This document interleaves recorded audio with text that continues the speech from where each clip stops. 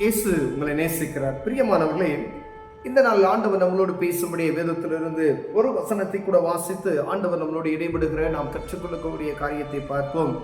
இது எரேமியா தீர்க்கதரிசியின் புஸ்தகம் 8வது அதிகாரம் 22வது வசனம் எப்படியாக சொல்லுகிறது. கீலேயாத்தில் பிசின் தைலம் இல்லையோ, ரண வைத்தியனும் அங்கே இல்லையோ, பின்ன ஏன் என் ஜனமாகிய குமாரத்தை சொஸ்தமடையாமல் போனால்? பிரியமானவர்களே, ஆண்டவருடைய தீர்க்கதரிசி கீலேயாத்தில் பிசின் தைலம் இல்லையோ, ரண வைத்தியனும் இல்லையோ, ஏன் என் குமாரத்தை சொஸ்தமடையாமல் போகிறாள் என்கிற ஒரு சத்தத்தை கேட்கிறது. நாம் 2 ராஜாக்களின் புஸ்தகத்தில் நம்ம வாசிக்கும் பொழுது அங்க நாகமான் என்கிறக்கூடிய ஒரு படைத்தலைவன், அவன் ஒரு குஸ்தரோகியா இருக்கிறான். அவன் பாருங்க, அந்நிய தேசத்துல இருந்து வந்து சீரிய படைத்தளபதி. அவன் இஸ்ரவேல்ல இருக்கக்கூடிய ஒரு தெய்வம். அவர் அங்கு தீர்க்கதரிசி உண்டு என்று அறிந்து அங்கு வந்து யோர்தானில் 7 தரம் முங்கி எழுந்து சுத்தமாகி போகிறதை பார்க்க முடிகிறது. பிரியமானவர்களே, ஆனால் என் ஜனம் ஏன் சொஸ்தமடையாமல் இருக்கிறார்கள் என்று ஆண்டவர் வருத்தத்தோடு ஒரு காரியத்தை இதில் வைக்கிறதை பார்க்க முடிகிறது. எங்கோ இருந்த ஒரு ஜனமோ ஒரு மனிதன், இஸ்ரவேல்ல ஆண்டவர் உண்டு, தீர்க்கதரிசி உண்டு, அவர் சர்வ வல்லமையுள்ள தேவன், தீர்க்கதரிசி மாத்திர சொன்ன ஒரு வார்த்தை, தீர்க்கதரிசி வீட்டு வாசல்ல வரான், நீ வீட்டுக்குள்ளே அங்கேயே நில்லு, இப்போ 7 தரம் போய் என்னாச்சு யோர்தான்ல குளிச்சுட்டு போ அப்படின்னு சொல்லிடுறான். அவன் பயங்கர, எங்க ஊர்ல இருக்க அந்த பர்பாரமா அப்படி என்ன நதிகள்லாம் இருக்கு, அதெல்லாம் காட்டிலும் இந்த இஸ்ரவேல்ல இருக்கக்கூடிய யோர்தான் நதி பெரிதோ அப்படின்லாம் கேட்கிறாரு. இது கர்த்தருடைய வார்த்தை, போ 7 தரம் குளிச்சா உனக்கு அற்புதம் அப்படின்னு சொல்லிட்டார். அவன் அற்புதத்தை பெற்றுக்கொண்டு அருமையாய் அவன் கடந்து செல்கிறான். அந்த மனிதன் வேறு தேசத்தான். அவன் வந்து நான் அங்க ஒரு பணிவி திருப்பி எலியாவை பார்த்தவன் ஒரு காரியத்தை கேட்கிறதை நான் பார்க்க முடிகிறது. பிரியமானவர்களே, என்னுடைய எஜமான நிமித்தம் நான் என்ன செய்வனையோ அந்நிய தெய்வங்களுக்கு நான் முழங்கால் படியிட வேண்டிய ஒரு சூழ்நிலை வரும் என்று சொல்லி ஒரு பெர்மிஷன் வாங்குறான்.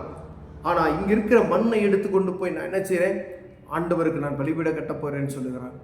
ஆனால் இங்கு சொல்லப்படுகிறது, என் குமாரத்து ஏன் சுகமடையாமல் போனால் அப்படின்னு சொல்லி. அப்ப என் ஜனம் என்னை இன்னும் அறியவில்லை, இங்க ரண வைத்தியர் உண்டு என்று அறியவில்லை, இங்கு பிசின் தைலம் உண்டு என்பதை அறியவில்லையே. அப்ப எவ்வளவுக்கு எங்கோ இருக்கக்கூடிய ஒரு தேச மனிதன் ஆண்டவரை அறிந்திருக்கிறான்.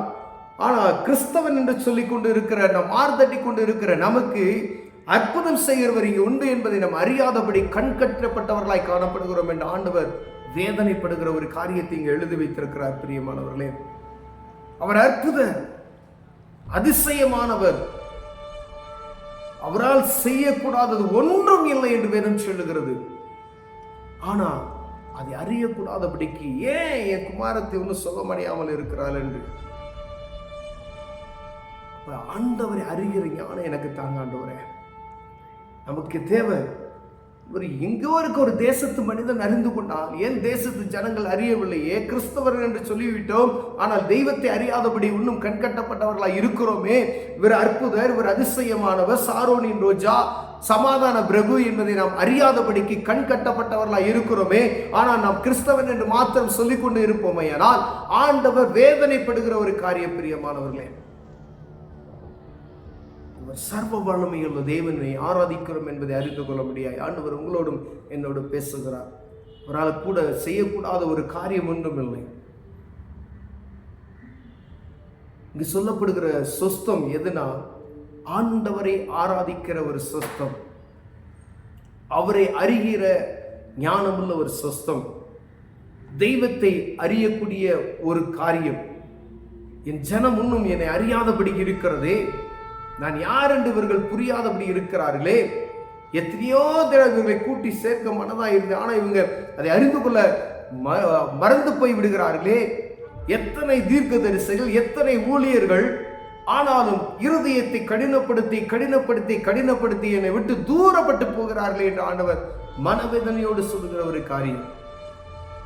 நான் செய்யக்கூடாதது ஒன்றுமில்லை பிரியமானவர்களே. முதல்ல அவரை அறிந்து கொள்வோமேயானால் ஆண்டவர் நம்மை ஆசீர்வதிக்க வல்லமையுள்ளவராக இருக்கிறார். கண்களை விடுவோம், ஜெபம் செய்வோம். அன்பின் தகப்பனே, நீர் அற்புத, மகா பெரிய வைத்தியர். எங்கள் அறியாதபடி எங்கள் கண்கள் அடைக்கப்பட்டிருக்கிறது. எங்கள் கண்களை திறந்து விடுவீராக. இயேசுவின் நாமத்தில் பிதாவே, ஆமென்.